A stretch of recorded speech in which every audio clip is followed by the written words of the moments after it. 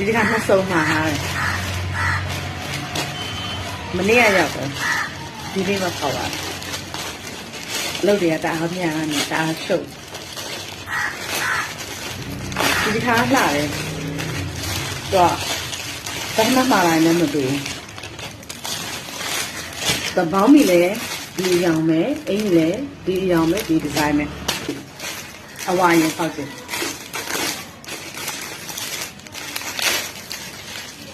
အခုဒီမှာဒါလေးတွေတအားဝင်နေတာသူချီပဲချီဦးမသူကဟာမစိုးအယောင်လေးရတယ်မစိုးဟာချစ်စရာလေးအဝါနဲ့အဖြူလေးနဲ့တန်တဲ့ဇက်ကလေး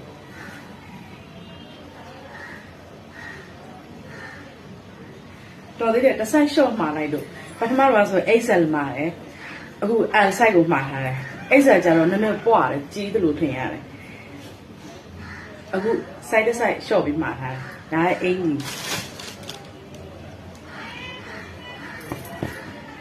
ဒါပေါင်း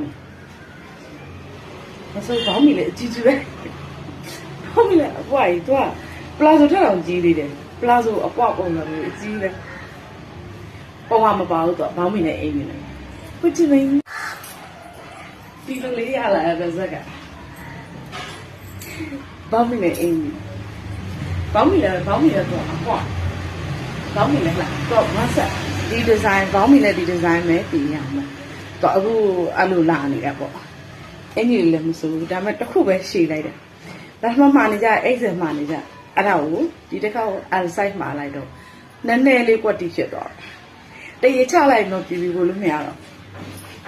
ရှည်တာလေရှည်တယ်မဘိုးတော်လာတော့ဘိုးတော်ကိုမေးကြည့်တယ်ဘိုးတော်ကိုမေးကြည့်တော့ဘိုးတော်အိမ်လှတယ်လေမစိုးဘူးကြအဲ့ဟုတ်တော့ဟုတ်လို့ပဲဘာလို့လဲကြည့်ပြီးဒါပေမဲ့လည်း L size ပဲတခါလို့မလို့ရ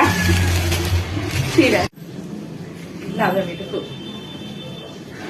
ဒါလေးကတော့အသားလေးကမစိုးဟိုကတော်တော်ခြေကြတယ်အဝါလေးရတယ်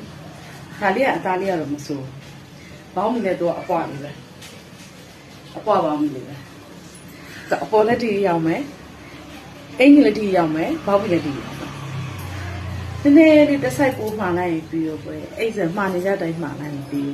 အဲ့မှားလိုက်တာနည်းနည်းဒီပခုံးနဲ့တင်သွားပခုံးနဲ့တင်တယ်ဒီလောက်ပဲကျန်တာတော့ဘာမှမဖြစ်ကျန်တာတော့အဆင်ပြေလာတော့လာအပြာလေးက